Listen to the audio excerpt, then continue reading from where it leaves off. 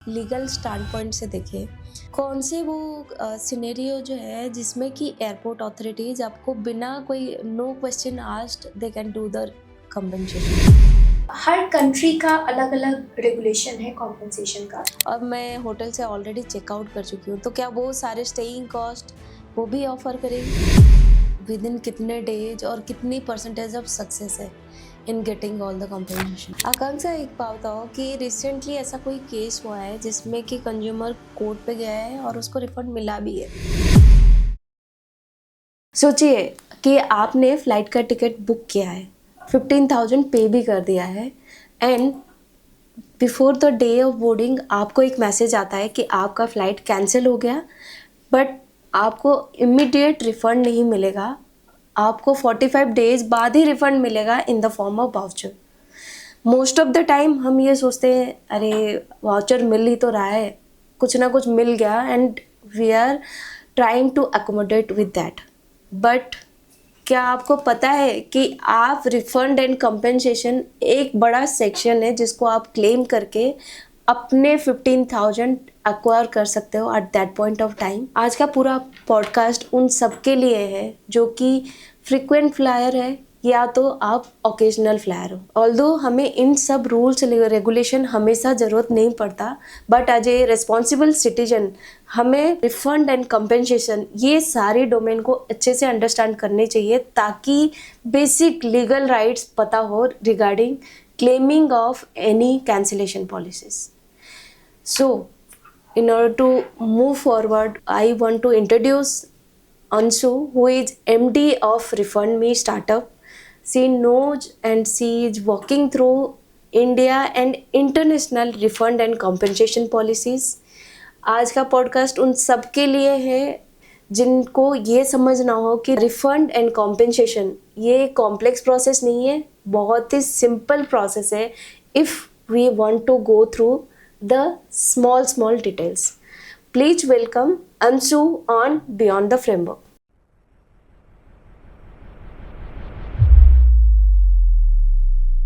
Akanksha, welcome to Beyond the Framework. It's great to meet you, and the concept of refund me is quite interesting.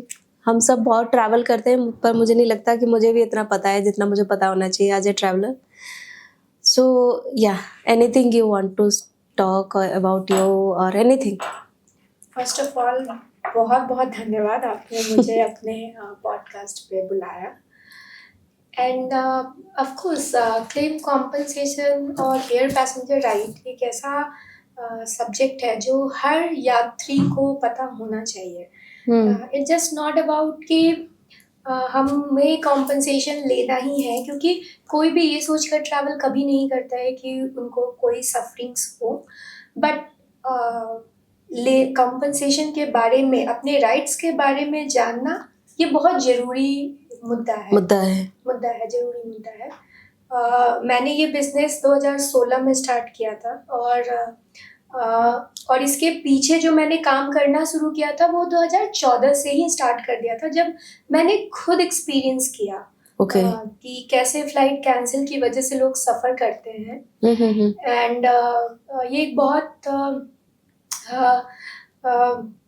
Important incident था मेरी life का, जिसने एक पूरी trajectory मेरे career का change कर दिया उसने। मैं बेंगलुरु से पटना और पटना से बेंगलुरु ड्यूरिंग हॉलीडेज में ट्रैवल कर रही थी, एंड मेरी फ़्लाइट कैंसिल हो गई एयरपोर्ट पे पहुंचने के बाद। एंड वहाँ पे सब बहुत परेशान थे, और मैं भी बहुत परेशान थी, क्योंकि मेरी एक बहुत इम्पॉर्टेंट मीटिंग थी जिसके लिए मैं पिछले 3-4 महीने से लगातार प्रिपरेशन कर रही थी। एंड उस बीच मैंने एक 18-19 साल का लड़का था, मैंने उसकी आवाज़ सुनी। ही वॉज लिटरली क्राइंग, वो रो रहा था कि मुझे प्लीज़ किसी और फ्लाइट में बिठा दो, मेरे पेरेंट्स हॉस्पिटल में हैं। एंड उस समय मतलब एक स्ट्राइक करता है ना कि नहीं आकांक्षा, वेट अ मिनट, सिर्फ आप ही सफ़र नहीं कर रहे हो, यहाँ पे आपके साथ 230 और पैसेंजर हैं जो सफ़र कर रहे हैं, शायद उनकी अर्जेंसी तो आपसे भी ज़्यादा है। हम्म जैसे उस बच्चे की अर्जेंसी थी कि उसके पेरेंट्स हॉस्पिटल में थे उस समय, राइट।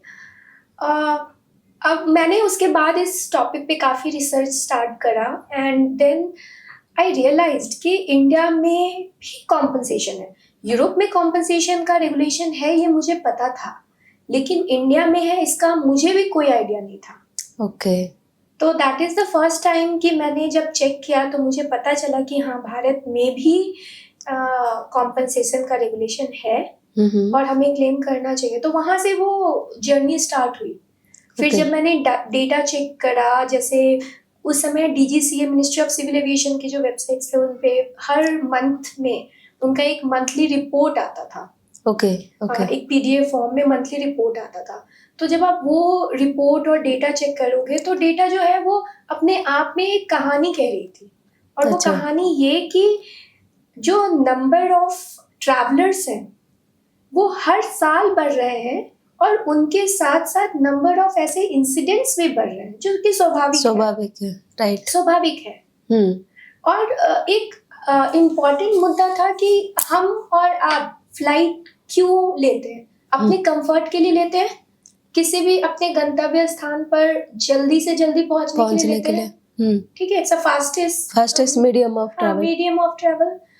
तो और उस सिचुएशन में अगर आपकी फ्लाइट डिले हो जाती है या आपको एयरपोर्ट पे रात बितानी पड़ती है, आपको कोई एकोमोडेशन ऑफर नहीं किया जाता है, तो आपका, और दूसरी बात क्या है कि हम बाकी ट्रांसपोर्टेशन मीडियम में जितना हम खर्च करते हैं उससे हम डबल और ट्रिपल फ्लाइट के टिकट्स पे खर्च करते हैं। तो ये फाइनेंशियल लॉस तो है। ठीक है, so that is what came to my mind and ऐसे रिफंड मी का जन्म हुआ, मैं कह सकती हूँ। ओके। सो जब रिफंड मी का कॉन्सेप्ट आपने कॉन्सेप्चुलाइज करा तो वो जर्नी कैसा था? अप एंड डाउन थे, बहुत इजी था, मतलब हाउ यू हैव स्टार्टेड? आपके पास आपने पूरा वो फंडिंग वगैरह कैसे स्टार्ट करा? देखिए, रिफंड मी का जो पूरा जर्नी था वो ऑफ कोर्स मेरे लिए एक रोलर कोस्टर राइड था। अब मैं देखती हूँ तो मुझे खुद पे भी भरोसा नहीं होता है कि मैंने उस समय ये सब चीज़ें कैसे मैनेज करी। बट उस समय शायद मैं एक डिफरेंट जोन में थी, मतलब मुझे कुछ समझ नहीं आ रहा था कि क्यों नहीं हो रहा है। मुझे, मेरे दिमाग में सिर्फ एक चीज़ें चल रही थी कि इसको कैसे करना है। ओके। ठीक है, मैं उस समय बैंगलोर में जॉब कर रही थी एंड लकीली डेस्टिनी आपको एक पर्टिकुलर वे में ट्रांसफॉर्म करती है।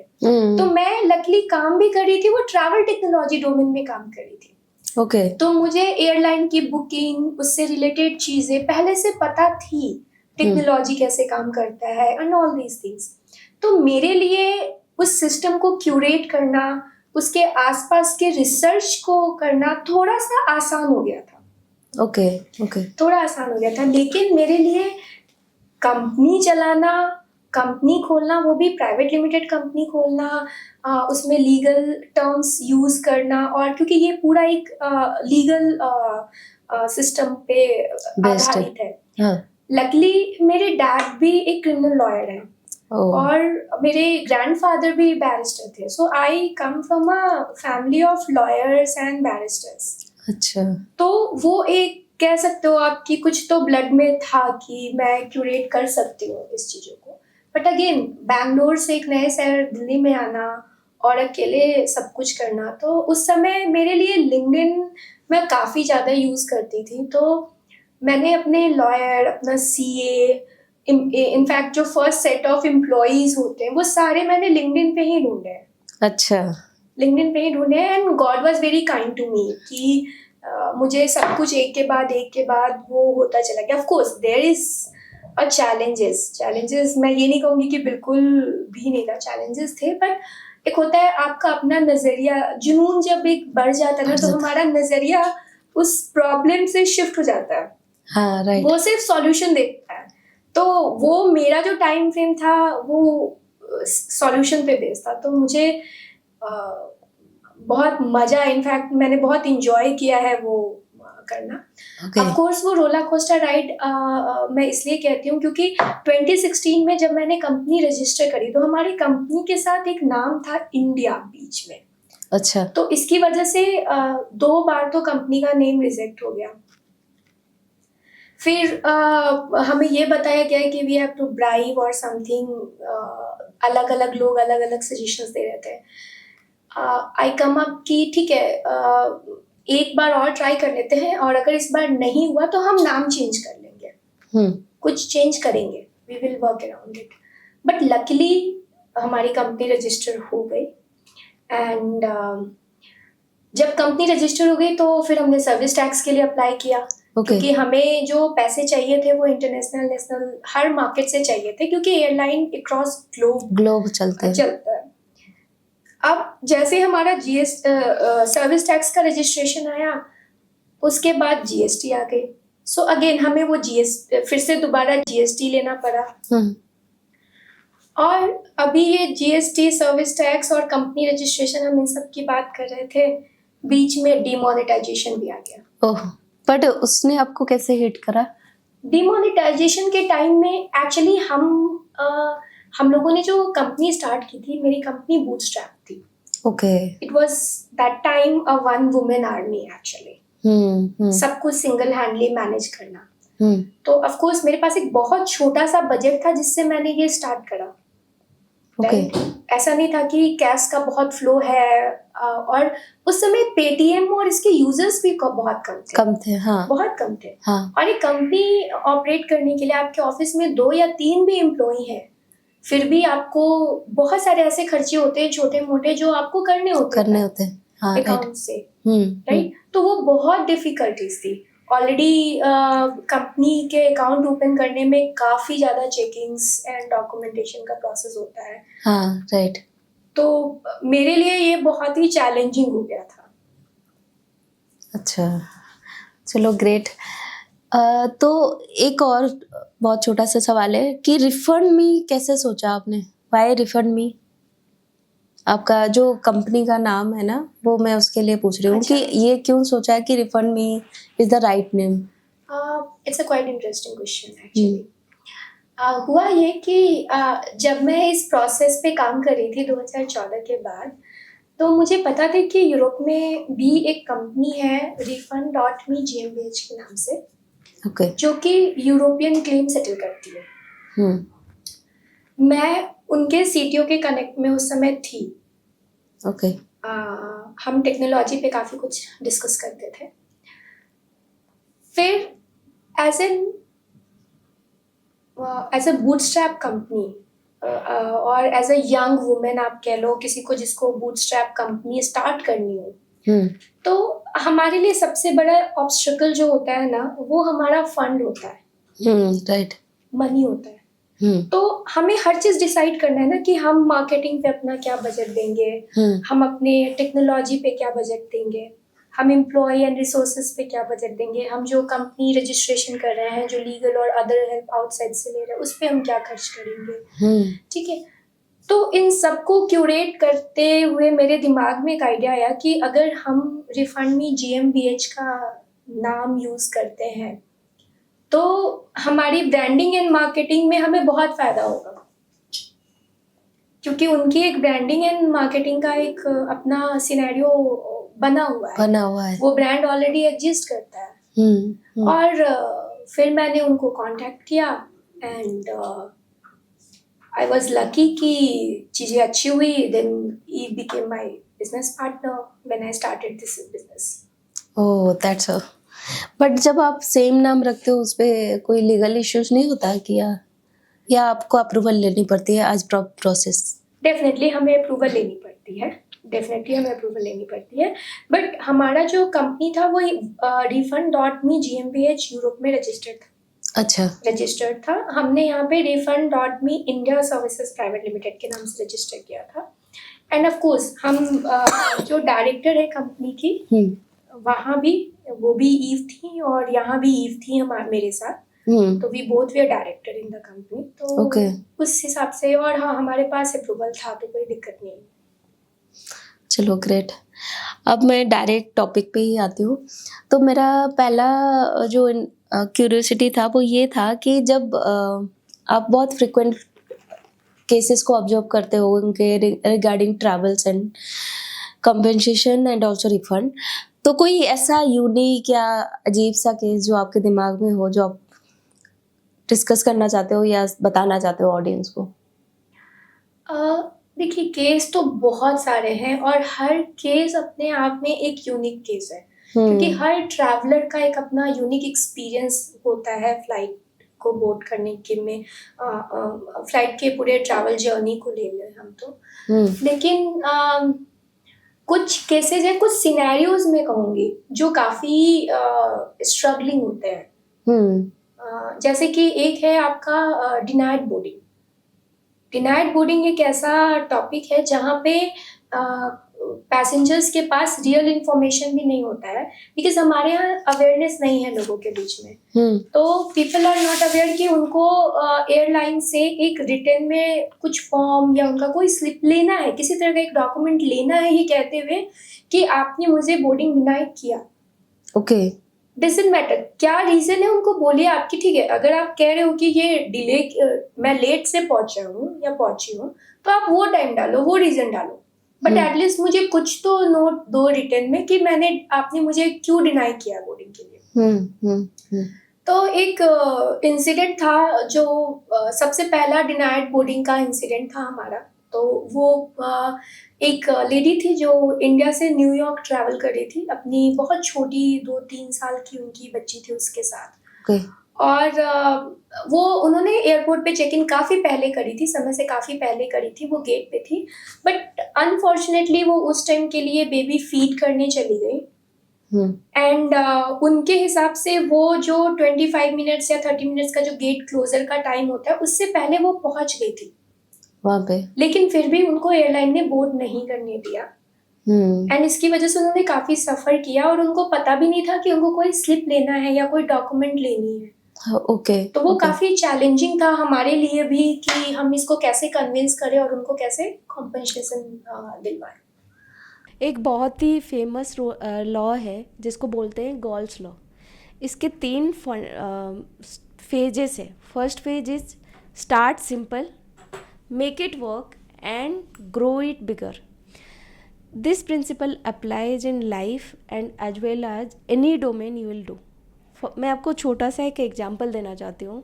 फॉर एग्जांपल, आप एक फ्रिक्वेंट फ्लायर हो और आप बहुत ज़्यादा ट्रैवल करते हो, बट कल को आपकी बैगेज में अगर डेंट आ जाता है या your baggage is totally spoiled, तो आप सोचते हो कि कौन जाए लीगल प्रोसेसेस में, बैग ही तो है, we can click purchase a new one. But इतना कॉम्प्लेक्स है नहीं जितना it appears. To cater this simplicity आप सिंपली ये कर सकते हो, try to maintain all the PNR numbers, boarding pass, और इनको डॉक्यूमेंट करके रखनी चाहिए। साथ ही साथ step 2, you should be aware of all the compensation policies which is there as per Indian law or international travel laws, and they are very simple to approach. Third thing, the first complaint which we should raise, it should be on time. So 3 steps, like taking 3 steps can make this process very easier. First step, start very simple. Second step, work daily on that so that it works and gives some result, and you are complacent or you are happy that you are gaining something. Third step is make sure that you are adding some value or adding all the complexities to make it a bigger system. Okay, तो जो recent case हुआ था, अगर आपको याद है, AI 171 में, जिसमें भूमि चौहान थी, जो कि जस्ट 10 मिनट्स पहले ही पहुंची थी फ्लाइट बोर्ड करने के लिए। लकीली उनके लिए तो ये गुड लक था, बट फिर भी उस केस में भी कोई उनको कंपेंसेशन मिल सकता है क्या, या नहीं मिलता, बिल्कुल भी नहीं होता है? वो 10 मिनट पहले कहाँ पहुंची थी? 10 मिनट पहले बोर्ड करने की कोशिश कर रही थी, क्योंकि वो डिले हो गई थी ट्रैफिक की वजह से, और एयरपोर्ट में तो ही उनको तो डिनाई कर दिया गया था कि हाँ, आप नहीं जा सकते हो। हाँ, ठीक है, तो ऐसे सिनेरियो में कुछ भी होता है? नहीं, एयरलाइन का फॉल्ट होना चाहिए। कॉम्पेंसेशन मिलने के लिए एयरलाइन का फॉल्ट तो होना ही चाहिए ना। ओके, ठीक है। तो अगर लीगल स्टैंड पॉइंट से देखें, कौन से वो सिनेरियो जो है जिसमें कि एयरपोर्ट अथॉरिटीज आपको बिना कोई no question asked they can do the compensation? देखिए, कॉम्पनसेशन पहली बात है एयरपोर्ट अथॉरिटी से नहीं आता है। कॉम्पनसेशन जो आएगा वो हमेशा एयरलाइन की तरफ से आता है। ओके। कॉम्पनसेशन आपको आपका ओटीए भी नहीं देगा। OTA means? OTA means online travel agencies. अच्छा, वो भी नहीं देगा? वो नहीं देगा। वो आपको रिफंड प्रोसेस करेगा अगर आपने अपनी टिकट ओटीए के थ्रू खरीदी है तो। ओके। ठीक है। तो कॉम्पनसेशन आपका एयरलाइन के थ्रू ही आता है। ऐसे जो कैंसिलेशंस के केसेस होते हैं वो क्वाइट ऑब्वियस केसेस होते हैं। उस केस में कॉम्पनसेशन मिलने के चांसेस बहुत ज़्यादा होते हैं। अच्छा, कैंसिल जो फ्लाइट कैंसिलेशन की बात फ्लाइट करें। कैंसिलेशंस के होते हैं। अगर हम ईयू पे शिफ्ट करें तो ईयू रेगुलेशन में फ्लाइट कॉम्पनसेशन थोड़ा ज़्यादा इजी होता है कैंसिलेशन और 3 आवर्स एंड मोर के डिले के केस में। ओह, इंडिया में भी ये रूल है 3 आवर्स और मोर के डिले के केस में भी मिले? नहीं, अनफॉर्चुनेटली इंडिया में रूल्स नहीं है। ओके, बिकॉज इस तरह के डिले बहुत कॉमन है इंडिया में जो कि होते रहते हैं, है ना? और इसमें और एक वो है कि अगर मैंने जनरली क्या होता है कि हम एयरलाइन के साइट में जाके कम करते हैं because we get discount more in MakeMyTrip, example बता रही हूँ, या यात्रा से करूँ तो मुझे और भी बहुत सारे वाउचर्स मिल जाते हैं। तो रूल्स फॉर डायरेक्ट एयरलाइन और rules for through MakeMyTrip, are they different और same? Same. See as I said कि जो आपको कॉम्पनसेशन मिल रहा है वो कॉम्पनसेशन आपको एयरलाइन दे रही है क्योंकि आपने अल्टीमेटली आप ट्रैवल तो एयरलाइन से कर रहे हो ना। एयरलाइन से कर रही हो, हाँ। तो जो हवाई जहाज की कंपनी है वो आपको कॉम्पनसेशन दे रही है। तो आपकी फ्लाइट की टिकट चाहे आपने मेक माई ट्रिप से बुक करी हो, यात्रा से करी हो या कोई भी ऑनलाइन ओटीए से करी हो या फिर एयरलाइन के डायरेक्टली वेबसाइट से करी हो या कोई थर्ड पार्टी ट्रैवल एजेंसी के शॉप से करी हो, उससे कोई फर्क नहीं पड़ता। कॉम्पनसेशन हर केस में सेम है अगर आपकी फ्लाइट डिले है, कैंसिल है और डिनाइड बोर्डिंग है। आकांक्षा, मैं लेट मी अज्यूम कि मैं कंज्यूमर हूँ और मुझे मतलब मैं टाइम पे पहुंची थी, फिर भी एयरपोर्ट अथॉरिटीज़ ने मुझे बहुत सारे चीज़ें बोली कि बिकॉज आप लेट थे और जिस वजह से आप बोर्ड नहीं कर सकते। बट उस टाइम क्या राइट सेट ऑफ क्वेश्चंस होते हैं जो मुझे पूछना चाहिए because to them, so that I can understand कि ये डिनाइड बोर्डिंग का सिनेरियो है। एंड ऑब्वियसली जैसा आपने बोला कि डिनाइड बोर्डिंग के सिनेरियो में कॉम्पेंसेशन अलग ही हो जाते हैं, तो क्या वो क्वेश्चंस होंगे जो मुझे आइडियली पूछना चाहिए एज ए कंज्यूमर? देखिए, डिनाइड बोर्डिंग को ना अक्सर भारत में लोग थोड़ा कंफ्यूज कर लेते हैं। ओके। ठीक है। जैसे कि कई लोगों को अगर मेन गेट से भी एंट्री नहीं मिलती है क्योंकि वो लेट है तो वो उसको समझ लेते हैं कि हमें तो एयरलाइन ने फ्लाइट में चढ़ने नहीं दिया। दूसरी चीज़ है कि जब वो एयरलाइन के फर्स्ट काउंटर पे पहुंचते हैं जहाँ से उनको बोर्डिंग पास इशू होता है, तो वहाँ पे भी जाने के बाद अगर एयरलाइन उनको कहती है कि नहीं सर आप लेट हैं, हम बोर्डिंग पास इशू नहीं कर सकते हैं क्योंकि हमारा ऑलरेडी स्टार्ट हो गया है फ्लाइंग का प्रोसेस, तो वो उसको भी मान लेते हैं कि नहीं हमें हाँ इट्स अ डिनाइड बोर्डिंग का केस है। ठीक है। बट अभी यहाँ पे जो एक्चुअल डिनाइड बोर्डिंग है, जब आप बोर्डिंग गेट पे पहुंच जाते हो और वहाँ किसी रीज़न से एयरलाइन आपको बोर्ड नहीं करने देता है और वैलिड क्वेश्चन आंसर्स नहीं है तो वो एक्चुअल डिनाइड बोर्डिंग का केस होता है। डिनाइड बोर्डिंग उस केस में होता है जब एयरलाइन ओवर बुकिंग करने की वजह से फ्लाइट में कोई जगह नहीं होती है और उसकी वजह से आपको फ्लाइट में बोर्ड नहीं करने दिया गया है, तो आप कॉम्पनसेशन के लिए एलिजिबल हो। तो वो एक्चुअल डिनाइड बोर्डिंग का सिनेरियो है आपके लिए जहां आप कॉम्पनसेशन के लिए एलिजिबल होंगे। अब अगर हम बात करें कि राइट सेट ऑफ क्वेश्चंस की, तो राइट सेट ऑफ क्वेश्चंस सबसे पहली बात कि आप उनसे पूछें कि क्या रीज़न है मुझे डिनाई करने का। ठीक है। और उनको ये बोले कि आप मुझे अपने डॉक्यूमेंट पे किसी तरह का स्लिप या फॉर्म आप मुझे लिख करके दे कि मैं किस रीज़न से आपने मुझे डिनाई किया है। ओके। ठीक है। कई बार होता है बोर्डिंग गेट जो होता है वो बंद हो जाता है और उसके बाद पैसेंजर पहुंचते हैं क्योंकि वो शॉपिंग में बिजी है या किसी और चीज में बिजी है। तो ऑफ कोर्स ये एयरलाइन की गलती नहीं है। ठीक है। तो उनको पैसेंजर्स को चाहिए कि एयरलाइन से रीजन क्लियरली एक रिटन डॉक्यूमेंट में ले।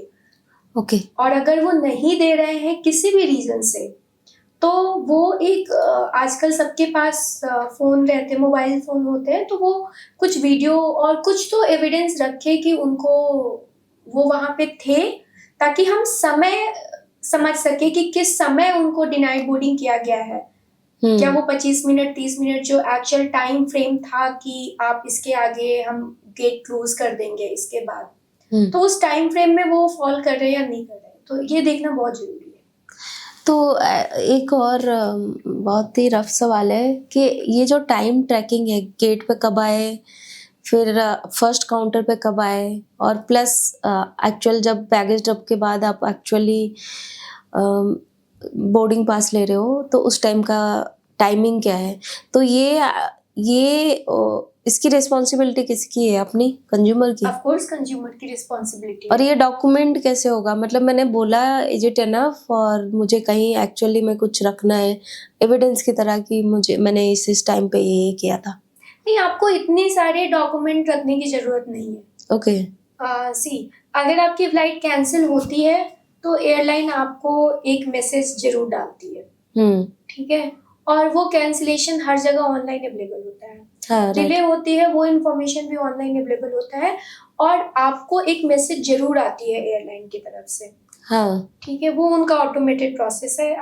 मतलब हमने आज तक कोई ऐसा इंसिडेंट नहीं देखा है कि जहाँ एयरलाइन ने मैसेज नहीं किया हो कस्टमर को। हाँ, राइट। वो सूनर या लेटर कर देते हैं। हाँ। चाहे वो एक दिन पहले बता रहे हैं या वो 1 घंटे पहले बता रहे हैं, या डिले होने के 1 घंटे बाद मेल कर रहे हैं या मैसेज कर रहे हैं, बट वो करते जरूर है। हाँ। ठीक है। अब डिनाइड बोर्डिंग के केस में चूंकि आपको कोई भी उनका ऑटोमेटेड ना ईमेल आएगा ना मैसेज आएगा, तो आपको वहां पे जो बोर्डिंग गेट है उस समय आप कब पहुंचे और जब बोर्डिंग हो रही थी क्या आप उस समय लाइन में थे खड़े या नहीं थे, और अगर मान लीजिए किसी भी रीजन से आपको फ्लाइट पे नहीं बोर्ड करने देते हैं तो ऑफ कोर्स आप उस समय अपने वीडियो या कुछ क्लिप्स आप जरूर रखें, और एयरलाइन से जरूर रिक्वेस्ट करें कि आपको एक कुछ भी वो डॉक्यूमेंट दे, कोई भी फॉर्म दे, उनके पास होता है फॉर्म एक्चुअली, जिसमें वो रीजन लिखे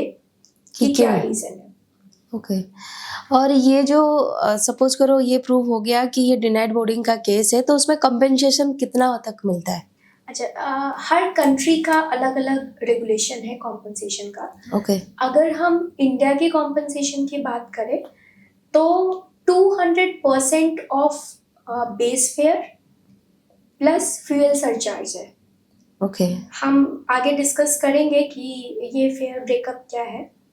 और अगर हम डॉट की बात करें तो वहाँ क्या है कि अगर यूएस डॉट की हम बात कर रहे हैं, डिपार्टमेंट ऑफ ट्रांसपोर्टेशन, कि अगर आप निर्धारित गंतव्य स्थान पे अपने 1 घंटे के डिले से पहुंचते हैं, सिर्फ मतलब उससे पहले पहुंच जाते हैं अप टू 1 आवर, तो आपका कोई कॉम्पनसेशन नहीं मिलेगा। अगर 1 घंटे से 2 घंटे का है तो डोमेस्टिक के केस में आपको $1,075 मिलेगा मैक्सिमम।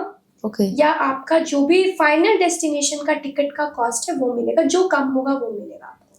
अच्छा, दोनों में से 1075 और फाइनल डेस्टिनेशन का टिकट मिलेगा। इंटरनेशनल के केस में भी सेम अमाउंट मिलेगा।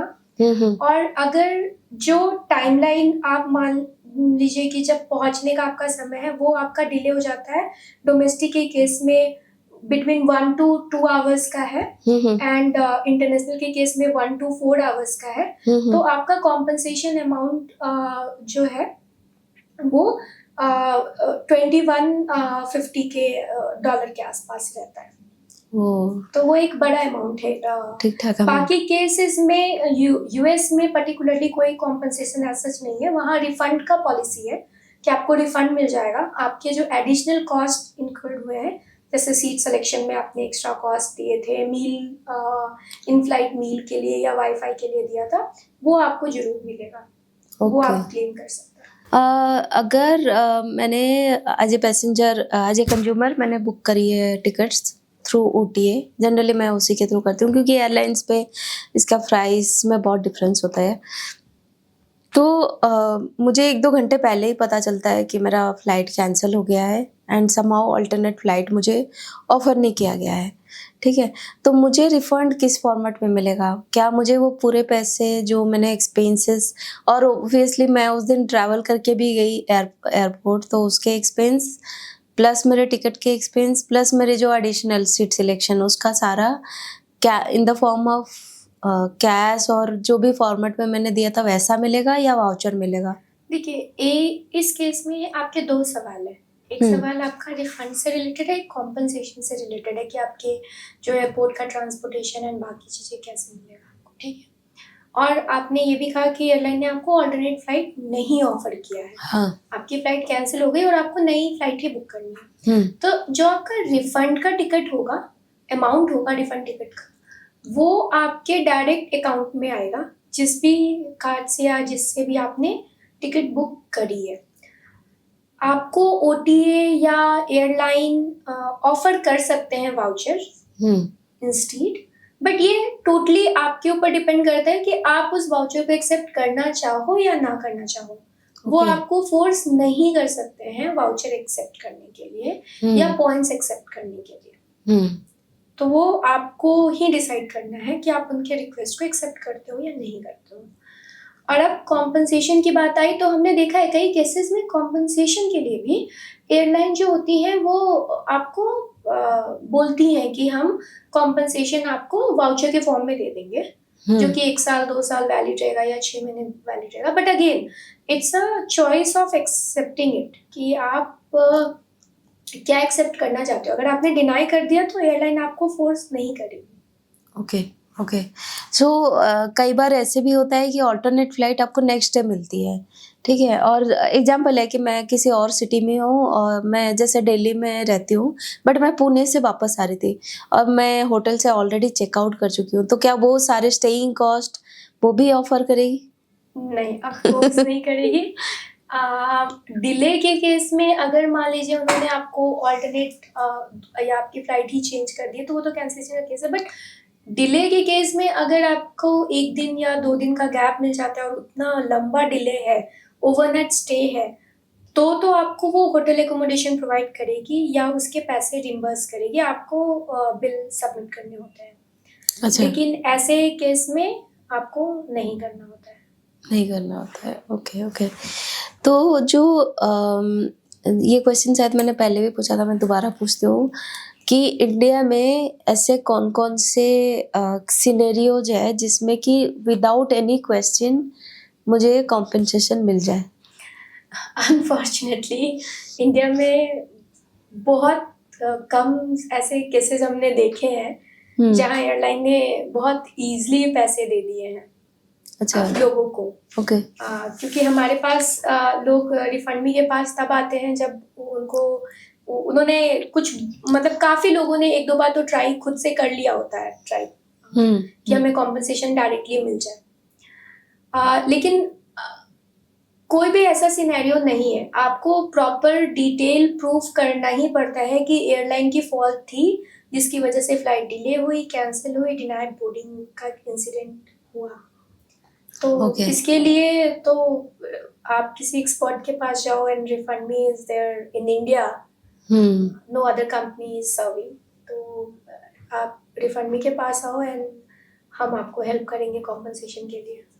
तो अगर आपके पास आते हैं क्या प्रोसेस रहता है, मतलब विद इन कितने डेज और कितनी परसेंटेज ऑफ सक्सेस है in getting all the compensation? India में कॉम्पनसेशन का जो सक्सेस रेट है वो 70-71% का है, इससे ज़्यादा नहीं है। ओके। ठीक है, क्योंकि इसमें कई चीज़ें होती हैं। कई बार ऐसा भी होता है कि पैसेंजर्स के पास खुद ही पूरी डिटेल नहीं होती है। जैसे उन्होंने मैसेज मिस कर दिया है, अच्छा। उन्होंने ईमेल्स जो एयरलाइन ने किए थे वो मिस कर दिया है, वो पहले कर चुके थे एयरलाइन ईमेल या मैसेज उनको। उनको पता नहीं चला, ठीक है। तो ऐसे भी सिनेरियो होते हैं। दूसरे सिनेरियो ये होते हैं कि यहाँ पे फेयर ब्रेकअप भी इतने डिफाइन नहीं होते हैं। बहुत सारे OTA प्लेटफॉर्म्स है जो फेयर ब्रेकअप बहुत ही डिटेल में डिफाइन नहीं करती है, जिसकी वजह से कॉम्पनसेशन को कैलकुलेट करना भी मुश्किल होता है और डिफाइन करना भी मुश्किल हो जाता है। तो फेयर ब्रेकअप को डिफाइन करना मतलब क्या है? जैसे कि मैंने आपको डिनाइड बोर्डिंग के केस में बताया कि जो कॉम्पनसेशन है वो 200% of your total base fare plus fuel surcharge. Okay. तो जो आपका फेयर ब्रेकअप है उसके डिफरेंट डिफरेंट एलिमेंट्स होते हैं। जैसे आपका बेस फेयर हुआ, फ्यूल सरचार्ज हुआ, एयरपोर्ट डेवलपमेंट चार्ज हुआ, UDF जिसको बोलते हैं। कई केसे में क्यूट फी भी लेते हैं, फिर उन सबके ऊपर GST भी लेते हैं। ओह, ठीक है। और उसके बाद उस पे वाउचर्स या डिस्काउंट कूपन ये भी लगता है उस पे, राइट। तो और UDF चार्ज भी अलग अलग हो सकते हैं। जैसे डिपार्चर एयरपोर्ट का UDF चार्ज अलग होता है, अराइवल एयरपोर्ट का UDF चार्ज अलग होता है। ओके। तो उसकी जैसे कुछ एयरपोर्ट्स हैं जिसमें आपको बोथ अराइवल एयरपोर्ट के भी चार्ज देने होते हैं और डिपार्चर के भी चार्ज देने होते हैं। ओके, ठीक है। तो इन सारे सिनेरियो को कैलकुलेट करना और फिर उसके अकॉर्डिंग कंपनसेशन लेकर के आना, क्योंकि पैसेंजर्स के पास डिटेल ही नहीं होते हैं। तो ये बहुत डिफिकल्ट प्रोसेस है इंडिया के लिए कॉम्पनसेशन के लिए। प्लस इंडियन एयरलाइंस बहुत सारी चीज़ों को एक टेक्निकल और एक ब्रॉड कैटेगरी में ले लेती है। अभी तक मिनिस्ट्री ऑफ सिविल एविएशन या DGCA भी कोई ऐसा डिटेल रिपोर्ट नहीं देती है। वो कहते हैं टेक्निकल इशू की वजह से इतने फ्लाइट कैंसिल हुए, इतने इसकी वजह से इतने हुए, इसकी वजह से इतने हुए, बट एक्चुअल में कौन सी फ्लाइट का कैंसिल होने का क्या क्या रीजन था वो कोई ही प्रोवाइड नहीं कर रहा है। ओके, ठीक है। और टेक्निकल इशू भी एक बहुत ब्रॉड टर्म है। वो रिपोर्ट एयरलाइन उनको भेजती है, वो अपनी वेबसाइट पे पब्लिश कर देते हैं। तो कुछ बहुत ज़्यादा इसमें डिफरेंस नहीं है। इसका एक बहुत अच्छा एग्जाम्पल है कि गूगल का एक एडवर्टीजमेंट था बहुत पहले, 2017 या 18 में आया था, जिसमें पायलट जो होता है वो अभी अपना कैब बोर्ड कर रहा होता है, पैसेंजर फ्लाइट के अंदर बैठे होते हैं। ओह, एंड और फ्लाइट के अंदर जो अनाउंसमेंट होता है वो होता है तकनीकी खराबी के कारण अच्छा, विमान देरी से उड़ेगी। ओके, ठीक है। तो वो पहले 30 मिनट बोलते हैं, फिर 30 मिनट बोलते हैं, फिर 30 मिनट बोलते हैं, मतलब वो एक बार में आपको समय भी नहीं बताते हैं। अच्छा, ठीक है। अब पायलट को 30 मिनट के बाद तो पायलट एयरपोर्ट पे पहुंचा, फिर उसको अपनी चीजें क्लियर करने में टाइम लग गया। अब फिर उनको ATC का क्लियरेंस भी चाहिए, अच्छा, ट्रैफिक कंट्रोलर का क्लियरेंस भी चाहिए ताकि वो फ्लाइट को टैक्सी वे पे ले जाए।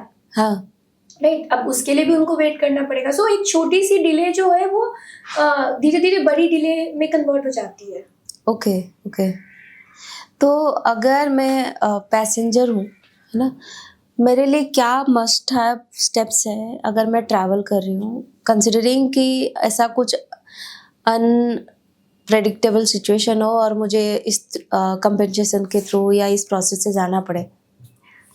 इसके लिए 2-3 चीज़ें बहुत इम्पॉर्टेंट है। पहली चीज़ कि आप किस प्लेटफॉर्म से टिकट बुक कर रहे हो, उसके टर्म्स एंड कंडीशन को अच्छे से पढ़ो। आप वो बहुत बड़ा होता है कौन पढ़े? कुछ बेसिक चीज़ें को पढ़ना जरूरी है। हम सिर्फ ये कह के कि बड़ा होता है हम नहीं टाल सकते हैं, राइट। हमें पढ़ना तो पड़ेगा ही ना। उसके एटलीस्ट अगर आप पूरा नहीं पढ़ सकते तो कम से कम कैंसिलेशन पॉलिसी को पढ़ लीजिए। ओके, कि कैंसिलेशन का क्या चार्ज वो डिडक्ट कर रहा है। उसके बाद आपके लिए दूसरा सबसे इम्पोर्टेंट है कि आप उसके फेयर ब्रेकअप को देख लीजिए कि वो प्रॉपर फेयर ब्रेकअप डिफाइंड है या नहीं है। अच्छा, ठीक है।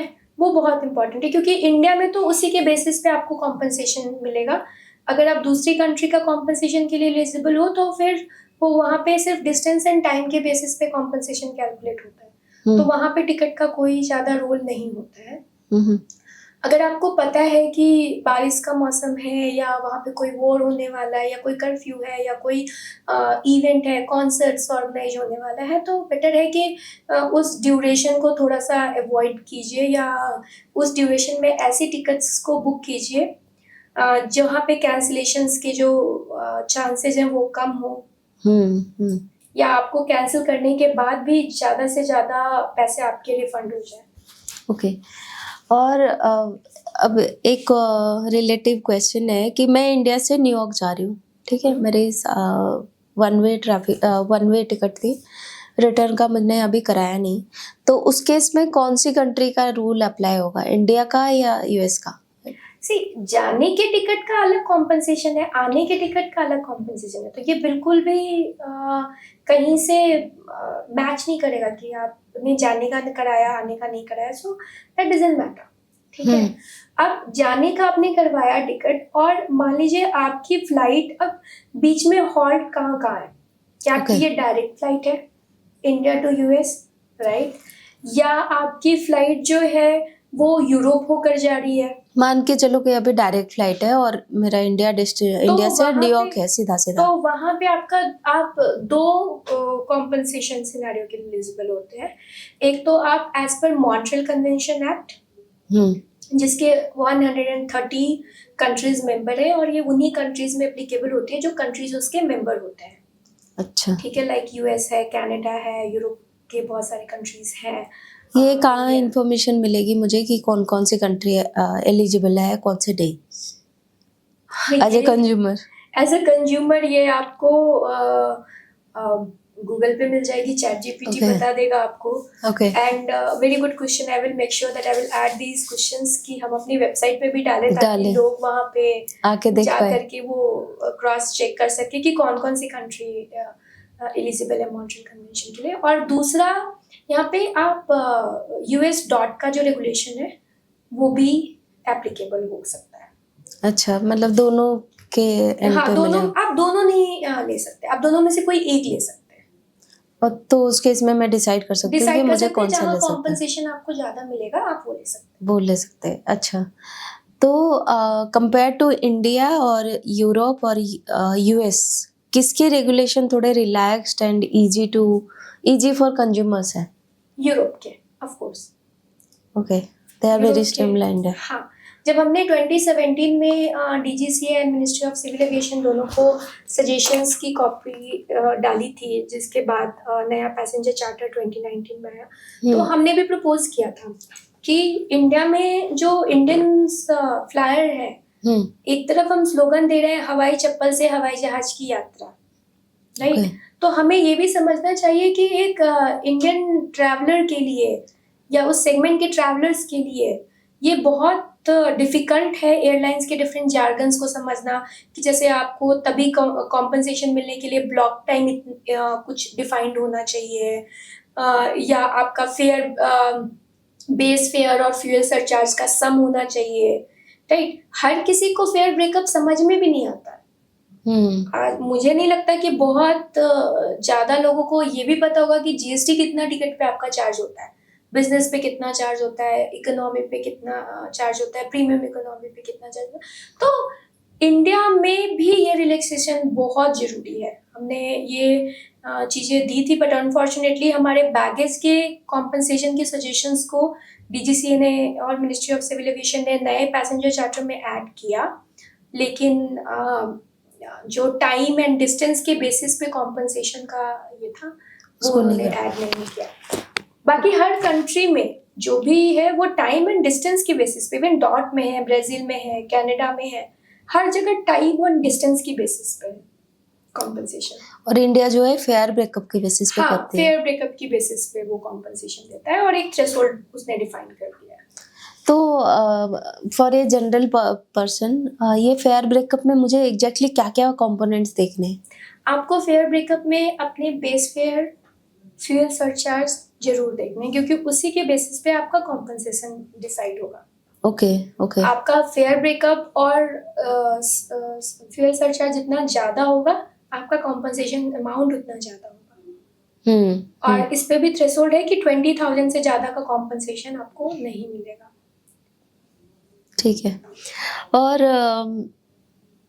आपको अगर मैं कंपेयर करने लगूं कि यू के रूल्स और यूएस डॉट के रूल्स, ठीक है, उन दोनों में से कौन सा, मतलब आज per your experience and statistics, दोनों में से किस में लोगों को ज़्यादा बेनिफिट होता है? ऑफ कोर्स ईयू के रेगुलेशन में बेनिफिट होता है, और ईयू के रेगुलेशन में बहुत फेयर बेनिफिट होता है। ओके। बहुत फेयर बेनिफिट होता है, और मुझे लगता है कि हर कंट्री को यूरोप से सीखना चाहिए कि how they are protecting their air passenger का राइट, क्योंकि जिस तरीके से वो अपने एयर पैसेंजर के राइट को प्रोटेक्ट कर रहे हैं, उनके हैसल्स को कम करने की कोशिश कर रहे हैं, वो रियली बहुत अच्छा है। क्योंकि अगर हम यूएस डॉट की बात करें तो यूएस डॉट में कैंसिलेशन का या डिले का कोई बहुत मेजर कॉम्पनसेशन नहीं है, अनटिल एंड अनलेस कुछ उससे बड़ा डैमेज हुआ हो और आप उसको प्रूव करें, राइट। सिर्फ डिनाइड बोर्डिंग के केस में। लेकिन ईयू के केस में क्या है कि डिनाइड बोर्डिंग का भी अमाउंट उन्होंने कम रखा है, उन्होंने 600 यूरो का थ्रेशोल्ड डाल दिया है, ठीक है, मैक्सिमम कॉम्पनसेशन का। बट वो हर, चाहे वो कैंसिल हो, डिले हो, डिनाइड बोर्डिंग हो, हर सिनेरियो में वो कॉम्पनसेशन दे रहे हैं। जैसे 1500 अप टू 1500 किलोमीटर का ट्रैवल है, राइट, तो 250 का कॉम्पनसेशन है। 1500 से 3500 के बीच का है तो 400 यूरो का कॉम्पनसेशन है। अगर 400 यूरो से 600 यूरो के बीच, सॉरी 35,100 से ज़्यादा का डिस्टेंस है तो 600 यूरो का कॉम्पनसेशन है। So this way they are defining it very well. अच्छा, और अब मुझे सब समझ में आया कि चलो मुझे क्लियर हुआ थोड़ा कि how to claim my compensation. तो मुझे खुद ही जाके डॉट के, मतलब नॉट डॉट, मुझे खुद ही जाके साइट में, कौन सी साइट में डाल के मतलब क्लेम इनिशिएट करना है, या I have to go through refund me, या सम पर्सन जिसको पूरा रूल्स पता है? देखिए, ये डिपेंड करता है आपके बिजी शेड्यूल पे और आपके पास कितना इन्फॉर्मेशन है। कई बार ये होता है कि हमें फ्लाइट के मैसेज तो आ गए हैं कि फ्लाइट कैंसिल हुई है, बट वो किस रीजन से कैंसिल हुई है ये किसी भी रेगुलेशन में पता लगाना बहुत ही मुश्किल है। अच्छा। इसके लिए आपको पूरा डेटा चाहिए होता है, you need to access the data. जैसे फॉर एग्जाम्पल, अगर एयरलाइन ने बोला कि ये टेक्निकल इशू है, लेकिन चूंकि हमारे पास फ्लाइट का डेटा है, हम ट्रैक कर पा रहे हैं कि ये फ्लाइट तो अपने पिछले डेस्टिनेशन पे भी देर से फ्लाई किया है, तो ऑफ कोर्स इस डेस्टिनेशन पे वो देर से पहुंचेगा। तो ये तो टेक्निकल इशू नहीं है ना। हाँ, ये तो वहीं से देर से आ रहा है, या वो उससे पहले से ही देर से चल रही है सिस्टमेटिक। तो ये एक जनरल कंज्यूमर के लिए बहुत डिफिकल्ट हो जाता है, प्लस जनरल कंज्यूमर के लिए उस चीज को बार बार फॉलो अप करना भी डिफिकल्ट हो जाता है। क्योंकि ऐसा नहीं है कि आप सिर्फ मेल भेज दिए और हर केस में कॉम्पनसेशन आ जाता है। ऑफ कोर्स कुछ केस में बहुत इजी आ जाता है, but not in every scenario. और ऑल्सो इट डिपेंड्स कि आपके पास कितना समय है, बैंडविड्थ है। अगर मैं रिफंड की बात करूँ तो रिफंड एक तरह से आप देख लीजिए तो ये एक kind of a charity work भी है, क्योंकि हम किसी भी पैसेंजर से अपफ्रंट कोई पेमेंट नहीं लेते हैं, सो उनका कोई एफर्ट नहीं है, राइट। तो वो हमारे पास आते हैं, हम क्लेम सेटल करते हैं एयरलाइन के थ्रू, and then when we receive the compensation, जब हमारे पास कॉम्पनसेशन आता है तो हम उससे एक अपना छोटा सा कमीशन लेते हैं। अच्छा, right. So we work on the no win no fee policy. Okay, win no fee. अगर हमने केस नहीं जीता, आपको कॉम्पनसेशन हम नहीं दिला पाए तो हम कोई पैसे नहीं लेंगे। अब आप टाइम ड्यूरेशन की बात कर रहे हैं तो जनरली हम कहते हैं कि 90 डेज का टाट है, लेकिन it takes time, it depends upon case to case also. किसी केस में हमें विद इन अ वीक भी कॉम्पनसेशन आ जाता है, किसी केस में हमें 5-6 महीने भी लग जाते हैं, और अगर हमें उन केस को लीगल टीम को देना पड़े हैंडल करने के लिए तो फिर उसमें सालों भी लग जाते हैं। ओह, तो ऐसा कोई केस है जिसमें बहुत सालों के बाद कंपनसेशन मिला हो? और क्या लोग इतनी पेशेंटली वेट भी करते हैं? हाँ, बहुत लोग करते हैं। अच्छा, बहुत लोग करते हैं। हमारे कितने क्लेम्स अभी भी लॉ फर्म्स के पास हैं जो इस पे रेगुलरली काम कर रहे हैं। People wait like for 4-5 years for the compensation. क्योंकि देखिए, सबसे बड़ी चीज़ है कि लोगों ने खुद से ट्राई कर लिया होता है, उनको कॉम्पनसेशन नहीं मिला। हमने भी आराम से ट्राई कर लिया, उनको कॉम्पनसेशन नहीं मिला। उनका जो नुकसान होना था हो गया है, और उनको कोई डॉक्यूमेंटेशन का वर्क भी नहीं करना है। जितना उन्होंने दे दिया उतना दे दिया है। उनको कोई कोर्ट में अपीयर भी नहीं होना है। अच्छा, ठीक है। तो ये जो भी काम कर रहे हैं वो हम बैक एंड पे काम कर रहे हैं as a Refund Me company, ठीक है। तो इस सिनेरियो में पैसेंजर्स को कोई दिक्कत नहीं होती और कोई इशू भी नहीं होता, क्योंकि वो तो वैसे भी उनको नहीं मिलने वाला। हाँ, राइट। हाँ, वो तो, और हम ना उनसे अपफ्रंट कोई चार्ज ले रहे हैं। हाँ, राइट। तो उसमें मतलब उनका जनरली आप इस तरह के केसेस में मोटो क्या होता है? Just to take refund and compensation या just to bring that right कि नहीं, मुझे जो लॉस हुआ है मुझे कवर करना है? ऑफ कोर्स मोटो होता है कि जो मुझे लॉस हुआ है वो मुझे कवर करना है, बट इससे भी ज़्यादा इम्पोर्टेंट मोटो ये होता है, सी नोबडी वांट्स कि उसका फ्लाइट कैंसिल हो और वो किसी तरीके से सफ़र करे जस्ट बिकॉज कि उनको कुछ कंपनसेशन मिल रहा है। ये हाँ। कोई किसी के दिमाग में नहीं होता है। हाँ, ठीक है? Right, right. तो इसका जो मेन ऑब्जेक्टिव होता है ऐसे रेगुलेशंस का, वो ये होता है कि हम एयरलाइन को ज़्यादा से ज़्यादा मोटिवेट करें कि आप टाइम पे फ्लाई करो हुँ, आप और ज़्यादा से ज़्यादा रिस्पॉन्सिबल बनो। हुँ। तो ये इसका एक्चुअल मोटो होता है कि हम एयरलाइन को ज़्यादा से ज़्यादा रिस्पॉन्सिबल बनाएं। ग्रेट। कभी इसमें एस्केलेशन या उस तरह का सिनेरियो भी आता है? एस्केलेशन इन द सेंस कि सपोज़ आपने वो शायद आपने कवर भी करा बट ऐड कर रही हूँ कि आपने पहले पहले ये कंज्यूमर ने खुद ही ट्राई करा, नहीं हुआ तो आपके पास आए, फिर उससे नहीं हुआ तो लीगल प्रोसेस आए। बहुत सारे केसेस बहुत सारे केसेस हैं, मतलब इंडिया में तो खास करके इंडिया में तो mostly people they first try themselves okay, and फिर ही वो आते हैं। अच्छा ग्रेट। ठीक है, उन्होंने एक आधा मेल तो जरूर भेजी होती है एयरलाइन को। अच्छा, ठीक है, क्योंकि कई बारी हमें एयरलाइन से क्वेरी भी आता है कि ये क्लेम ऑलरेडी ये पैसेंजर ने हमें सबमिट किया हुआ है, और अच्छा। उस केस में फिर हमारे को थोड़ी सी दिक्कत होती है ये प्रूफ करने में कि नहीं ये क्लेम हम प्रोसेस कर रहे हैं, क्लाइंट ने हमें इस डेट को पीओए दिया है, या फिर कभी कभी हमें क्लाइंट से दूसरा सेट ऑफ डॉक्यूमेंट भी साइन कराना होता है ये प्रूफ करने के लिए कि ये वही क्लाइंट है और क्लाइंट ही चाहता है कि अब हम एज अ कंपनी लेकर के जाएं। ओके, ठीक है, तो हम ये क्वाइट कॉमन है, इंडिया में तो क्वाइट कॉमन है, यूरोप में भी होता है, बट यूरोप में people are not so much कि ठीक है हम इतना दिमाग नहीं लगाते हैं, हम जितना अपना टाइम वेस्ट करेंगे खुद से ट्राई करने में तो उनको टाइम की वैल्यू बहुत लगती है। तो दे से कि नहीं हम क्लेम डाल देते हैं, आप प्रोसेस करो, वैसे भी हम अपफ्रंट कुछ चार्ज नहीं कर रहे हैं उनसे। आकांक्षा एक बात बताओ कि रिसेंटली ऐसा कोई केस हुआ है जिसमें कि कंज्यूमर कोर्ट पे गया है और उसको रिफंड मिला भी है? हाँ, ऐसा केस है जहाँ पे कंज्यूमर कोर्ट गया, ऐसे होते रहते केसेस है। एक जो रिसेंट केस है उसका जजमेंट 1 महीने पहले ही आया है, जहाँ पे 50,000 रुपये का कॉम्पनसेशन मिला है डिले के केस में इंडिया में। ओह! जबकि जनरली इंडिया में डिले के केस में कोई कॉम्पनसेशन है नहीं, बट फिर भी जो सफरिंग्स है उसकी अगर आप उसको जस्टिफाई करो तो कॉम्पनसेशन मिलता है, ऐसा नहीं है कि नहीं मिलता है। क्या है था ये सफरिंग? केस था, ये 5th ऑफ जनवरी 2022 का केस था।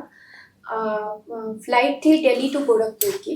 दो लेडी ट्रैवल कर रही थी, एज्ड लेडी थी, ट्रैवल कर रही थी और उनकी फ्लाइट डिले हो गई थी।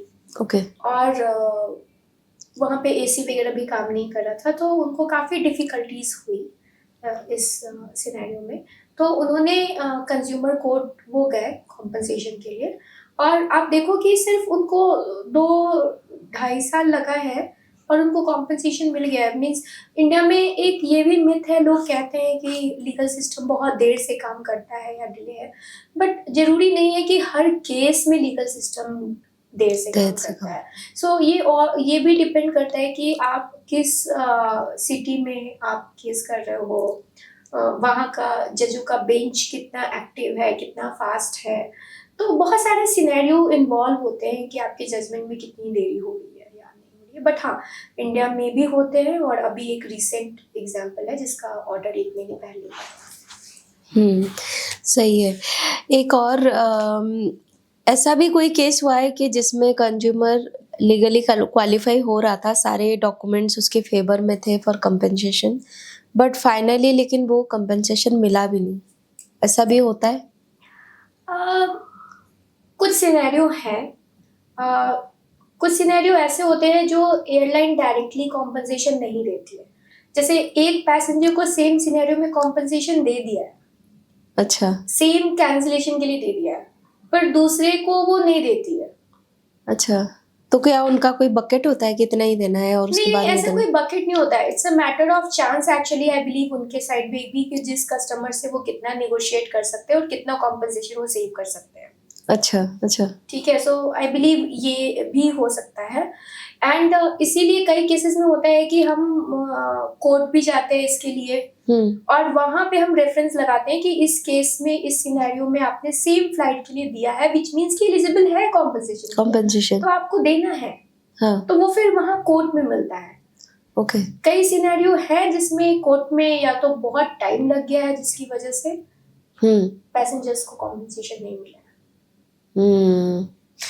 और एक सिनेरियो भी है कि एयरलाइंस कितना अवॉइड करती है देना इंडिया में। ऑफ कोर्स ये इंडिया में नहीं, हर कंट्री में अवॉइड करती है। स्पेशली ये जो अवॉइड होते हैं वो बेसिकली लो कॉस्ट करियर्स ज़्यादा करते हैं। इंडिया के बाहर जो लो कॉस्ट करियर्स हैं वो ज़्यादा अवॉइड करते हैं। अच्छा। ठीक है। जो मेजर एयरलाइंस है जैसे लुफ्तांसा वगैरह है, उनका कोई जनरल इशू नहीं होता है, वो इस चीज़ को समझते हैं, उनका एक डेडिकेटेड टीम भी है, वो कॉम्पनसेशन को हैंडल करते हैं पर्टिकुलरली। इंडिया में अगर हम बात करें तो एयर इंडिया बहुत ज़्यादा इन चीज़ों को डिले करती रहती है। बाकी अगर आप इंडिगो की बात करें, स्पाइस जेट की बात करें, तो एयर एक्सप्रेस भी है एक सेक्शन। हाँ, तो इनका कॉम्पनसेशन आ जाता है, मतलब सूनर और लेटर ये कॉम्पनसेशन दे देते हैं अगर कोई इशू ना हो तो। Okay. Right, of course avoid तो हर एयरलाइन करते हैं। तो एयर इंडिया की स्पेसिफिक है क्योंकि बात कर ही रहे हैं, तो एयर इंडिया प्रोसेस की वजह से अवॉइड करते हैं because it more of government kind of organisation है, या it's they want to delay? See वो बहुत सारे सिनेरियो में ना वो डायरेक्टली मना कर देते हैं। अच्छा, ये बहुत ही इंटरेस्टिंग फैक्टर है कि अगर ईयू का क्लेम है, ईयू जुरिस्डिक्शन के अकॉर्डिंग क्लेम है, और आप उनको क्लेम डालें तो उनका कॉम्पनसेशन ज़्यादा आसानी से आपको मिल जाएगा। अदरवाइज इंडिया का रेगुलेशन है और इंडिया का कॉम्पनसेशन है तो। अच्छा। ठीक है, वो कई सारे प्रॉब्लम्स अगेन उसमें भी टीम की बात होती है। कोई टीम है जो इजीली, अगर उस टीम के पास क्लेम जाता है तो वो इजीली प्रोसेस कर देते हैं, कुछ टीम है जो वो प्रोसेस नहीं करते हैं। तो मुझे लगता है इसके लिए डीजीसीए को, मिनिस्ट्री ऑफ सिविल एविएशन को और ज़्यादा एक्टिव होना पड़ेगा। सिर्फ नंबर को वेबसाइट पे डिस्प्ले करने से चीज़ें नहीं ठीक हो सकती है। ठीक है, और अभी हम देख रहे हैं कि ऑफ कोर्स मिनिस्ट्री ने काफ़ी काम किया है, उनके वेबसाइट काफ़ी यूनिफॉर्म हो गए हैं, काफ़ी डेटा ओरिएंटेड हो गए हैं कि कितनी फ्लाइट घंटे में कितनी डिले हुई रोज़ का, वो सब डेटा डालते हैं। ठीक है, बट वो काफ़ी नहीं है। वो तो खुद कह रही है कि फ्लाइट डिले हुई है। ठीक है, किस फ्लाइट का रीज़न क्या था ये भी उनको डालना चाहिए, और प्लस उसके साथ साथ मिनिस्ट्री को या डीजीसीए को एक रैंडम ऑडिट भी करनी चाहिए ये देखने के लिए कि क्या जो रीजन एयरलाइन सबमिट कर रही है वो रियल है या नहीं है, और उस पर रिपोर्ट भी रिलीज करना चाहिए। अगर वो करते हैं तो उनको रिपोर्ट रिलीज करना चाहिए। जैसे अगर अभी हम बात करें रिसेंट फ्लाइट क्रैश की, जो Ahmedabad to London flight crash हुई है, AI-171 का। हाँ, AI-171, तो वहाँ पे भी डिफरेंट रिपोर्ट्स आ रहे हैं, डिफरेंट बातें बनाई जा रही हैं, कुछ टेक्निकल बातें हो रही है, कुछ नॉन टेक्निकल बातें हो रही है कि किसी सिनेरियो में पायलट्स को ब्लेम किया जा रहा है। बट द प्रॉब्लम इज कि बोइंग के उस फ्लाइट में तो पहले से भी इशू थे ना। नहीं था कि बोइंग के उस फ्लाइट में पहले से इशू नहीं थे। इशू तो थे उस फ्लाइट में पहले से भी।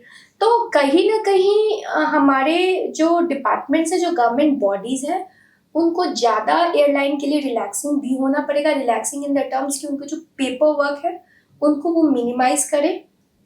प्रोसेस को मिनिमाइज करे बट इफेक्टिव बनाए। प्रोसेस इफेक्टिव होने का मतलब ये नहीं है कि प्रोसेस बहुत लेंदी है तो इफेक्टिव है, या बहुत डॉक्यूमेंटेशन है तो इफेक्टिव प्रोसेस है, नहीं। राइट, तो डॉक्यूमेंटेशन कम करे ताकि ज्यादा से ज्यादा एयरलाइन हमारी कंपनी में आए, क्योंकि अभी हमारे पास अगर आप देख लो तो एयरलाइंस की बहुत शॉर्टेज है। बहुत कम एयरलाइन है, हार्डली 2-3 एयरलाइन ही बची है जिससे आप पूरे भारत में ट्रैवल कर सकते हैं, अदरवाइज एयरलाइन ही नहीं है। तो क्यों नहीं है? इसके काफी सारे फैक्टर है। एक तो ये कैश बर्न करने वाला बिजनेस है। You need a huge investment to start the airline. Right. दूसरी बात क्या है कि सबसे ज्यादा जो इसके लिए लाइसेंसेस वगैरह की जरूरत पड़ती है, उसकी प्रोसेस इतने कॉम्प्लेक्स है कि आपको मतलब सालों लग जाएंगे हर जगह से क्लियरेंस लेने में।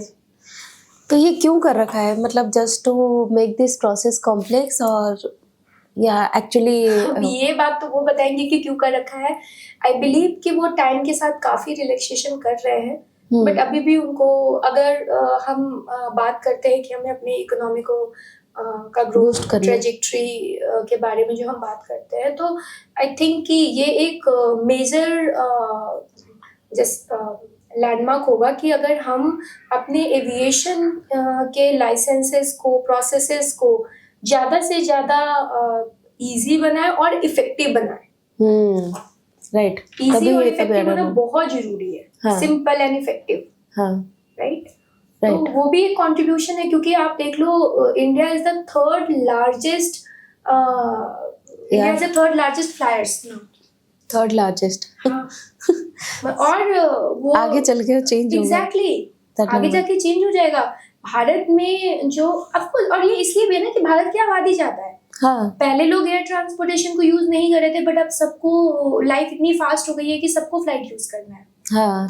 राइट, तो हमें उस प्रोसेस को भी सिंप्लीफाई करना पड़ेगा और ज्यादा से ज्यादा इफेक्टिव करना पड़ेगा, और इन सारे रिपोर्ट्स को लाना पड़ेगा। और सबसे बड़ी प्रॉब्लम ये भी है कि रेगुलेशन तो है इंडिया में, बट वो रेगुलेशन की ना तो लोगों को जानकारी है। ऑफकोर्स गवर्नमेंट ने एयर सेवा का भी एक पोर्टल बनाया है, नोडल ऑफिसर्स का भी ईमेल एड्रेस दिया है कि आप उनको रीच करो, बट पॉइंट इज दैट कि वो एक डेटा दे देते कि इतने लोगों को हमने इतना कॉम्पनसेशन दिया, राइट, बट उनका फिर एक डिटेल रिपोर्ट भी तो हो ना उनके पास। जैसे हम जैसी कंपनियां या जो एनजीओ है जो एयर पैसेंजर राइड के लिए काम करते हैं, वो उनसे वो रिपोर्ट तो ले सके कि कितना कॉम्पनसेशन दिया है, नहीं दिया है, और एक्सेस भी होना चाहिए, एक्सेस भी होना चाहिए लोगों के पास ना इंफॉर्मेशन, राइट, ताकि वो वैलिडेट किया जा सके। सिर्फ कहना तो बहुत आसान है कि हमने ये किया, हमने ऐसा किया, हमने इतने कॉम्पनसेशन दिए, right, but there should be a validation for everything. Okay, next है कि लॉस्ट बैगेज और डैमेज बैगेज, इसकी कॉम्पेंसेशन का क्या प्रोसेस है एक्चुअल में? ठीक, जो लॉस्ट बैगेज एंड डिले में है, उसके ना एक पर्टिकुलर टाइमलाइन डिफाइंड है। हर कंट्री के रेगुलेशन के लिए अलग अलग टाइमलाइन डिफाइंड है। डिटेल में देखने के लिए ऑफ कोर्स कोई भी हमारी वेबसाइट पे आ सकता है, वहाँ हर रेगुलेशन का अलग अलग डिले का दिया हुआ है, बैगेज का एंड ऑल। बट अगर हम मोटे मोटे अमाउंट की बात करें, तो अगर कोई मॉन्ट्रियल कन्वेंशन एक्ट के अकॉर्डिंग डैमेज क्लेम कर रहा है इंटरनेशनल फ्लाइट्स के लिए बैगेज का, तो इंडियन करेंसी के अकॉर्डिंग वो 1.4 लाख रुपीस तक क्लेम कर सकता है। ठीक है, डिले, बैगेज, डैमेज, लॉस, तीनों सिनेरियो में अमाउंट वो फिक्स्ड है। ठीक है, सिमिलरली अगर हम बात करें इंडिया के सिर्फ डोमेस्टिक फ्लाइट के और इन सिनेरियो में, तो वो अप टू 20,000 तक का क्लेम कर सकते हैं। अदरवाइज अगर उन्होंने कोई डिक्लेरेशन पहले दी है कि उनके बैग में ये वैल्यूएबल आइटम्स हैं और वो वैल्यूएबल आइटम्स वहाँ नहीं है, तो फिर वो उनके लिए एडिशनल क्लेम एक सेपरेट वे में कर सकते हैं, but that is not covered directly in the regulation. ओह, ठीक है। और अभी तो हमने बहुत सारे ऐसे सिनेरियोज डिस्कस करे जिसमें कि against, not against, but to regularise air compensation thing, but is there any scenario जिसमें कि फ्लाइट एयरलाइंस ने बहुत अच्छे तरीके से उसको हैंडल करा है with upgrades and perks? हाँ, करा है, ये मेरे साथ खुद हुआ है। ओके, इंटरनेशनल फ्लाइट में 2016 दिसंबर में मैं दिल्ली से फ्रैंकफर्ट फ्लाई कर रही थी, एंड जब मैं फ्रैंकफर्ट में लैंड किया मैंने, तो मेरा जो हैंड केबिन बैग था वो डैमेज था। अच्छा, राइट, तो मैंने लुफ्तांजा के में ऑफिस में गए, उनसे मैंने बात किया कि मेरा बैग डैमेज था। तो उनका पहला आंसर ये था कि हमारे पास एक्चुअली एयरलाइंस के पास ना केबिन बैगेज के ऑप्शन होते हैं और चेक इन बैगेज के ऑप्शंस होते हैं, not as per the standard. मतलब आप जिस स्टैंडर्ड का बैग यूज करो या ब्रांड का यूज करो वो तो ऑफ कोर्स नहीं होंगे, बट उनके पास एक जो एक ठीक ठाक, जैसे इंडिया में आप देख लो तो उनके पास हमेशा वीआईपी का या सफारी का बैग होता है ओके। या अमेरिकन एक्सप्रेस का बैग होता है, ठीक है। तो वो आपको ऑफर करते हैं कि आप हमारे पास केविन का ये बैग है, हमारे पास चेक इन का ये बैग अवेलेबल है, इस साइज में अवेलेबल है, आप इनमें से कोई पिक कर लीजिए, राइट। एंड देन अगर आप वो नहीं पिक करते तो वो आपको रिपेयर का ऑप्शन देते हैं। अगर वो भी आप नहीं करना चाहते तो वो आपको बोलते हैं कि ठीक है, आप अपने बैग का बिल दीजिए, ठीक है, हम डिप्रिशिएटिंग वैल्यू अमाउंट जितना है वो हम डिडक्ट करके बाकी हम आपको उसका दे देंगे। बट ये सारे प्रोसेस में टाइम लगता है। अच्छा। ठीक है, तो मेरे साथ क्या था कि उनके पास अनफॉर्चुनेटली उस समय बड़े बैग के साइज अवेलेबल थे, छोटे बैग केबिन के बैग अवेलेबल नहीं थे। और मेरा जो फर्दर ट्रैवल था वो सारा केबिन बैग पे ही कंटिन्यू हो रहा था। मैंने टिकट ही वैसे बुक की थी क्योंकि मैं सिर्फ केबिन बैग लेकर के ट्रैवल कर रही थी। तो मैंने उनसे रिक्वेस्ट किया तो they have paid me 200 euro immediately. जो मैं वहां पे शॉप से मैंने दूसरा सेम बैग ले लिया, राइट। तो वो पर्क्स देते हैं। एक डिफरेंट सिनेरियो में हमारी फ्लाइट काफी डिले हो गई हुई थी एंड वो डोमेस्टिक का केस था, काफी डिले हो गई हुई थी। And when I went to the counter and I asked कि इतनी डिले है, I have a back pain and all this things, मैंने उनको सिनेरियो बताया तो they upgraded me to their premium economy also. तो ऐसा नहीं है, ऐसी airlines and the people working in airlines are not कि वो ह्यूमन नहीं है, वो ह्यूमन इमोशंस को नहीं समझते, वो डेफिनेटली समझते हैं। बट अगर उनके पास कुछ अवेलेबल है तो वो जरूर कर देते हैं, और आपका केस जेन्युइन है तो वो जरूर कर देते हैं। ग्रेट। सो वैसे तो हमने बहुत सारे एरिया टच कर लिया, but anything you specifically want to talk about जो हमने किया नहीं? ऑफ कोर्स हमने बहुत सारी चीज़ों को टच बेस किया है, बट हमने यहाँ पे कुछ भी नंबर्स को डिस्कस नहीं किया है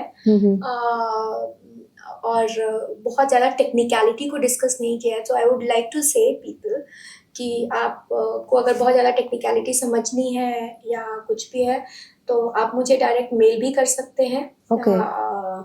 मैं आपको मेल आईडी भी हमारा दे दूंगी, या हमारे वेबसाइट पे भी जा करके चेक कर सकते हैं। हमारे वेबसाइट पे काफ़ी ज़्यादा इंफॉर्मेशंस ऑलरेडी डाले हुए हैं जितना ज़रूरी है, और हम समय के साथ उसको अपग्रेड भी कर रहे हैं।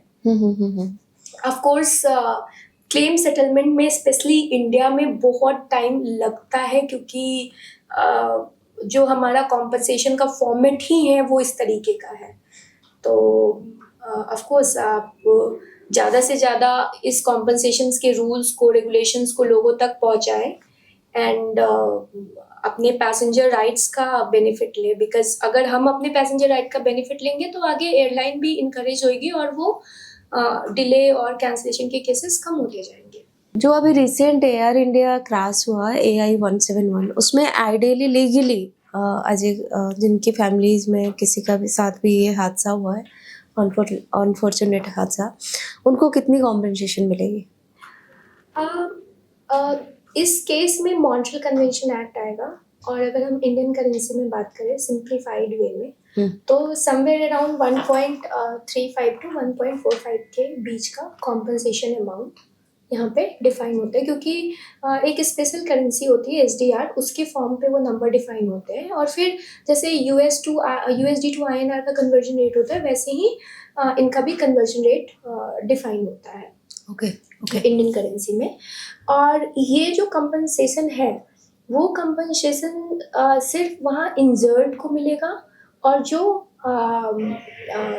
इस हादसा में अनफॉर्चुनेटली हमारे बीच नहीं रहे उनको मिलेगा। ग्राउंड पे रहने वाले लोगों के लिए ये compensation direct Montreal convention act में नहीं आता है। ये दूसरे तरीके से जो नेशनल लॉज होते हैं, अलग नेशनल लॉज हैं कैजुअलिटी के, वो इसमें इम्प्लीमेंट होगा। ओके।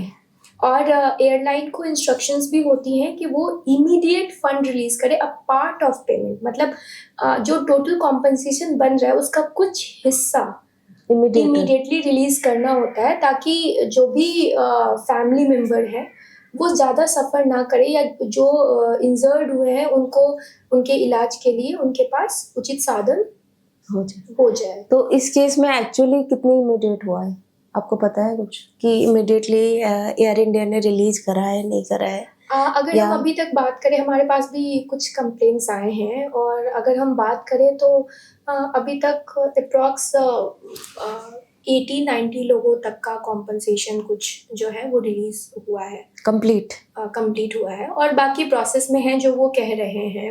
उनका ये भी कहना है कि कुछ लोग अभी टर्न आउट नहीं हुए हैं लेने के लिए, okay, but they are saying कि they are in the process. चलो ग्रेट, ठीक है, थैंक यू। Thank you.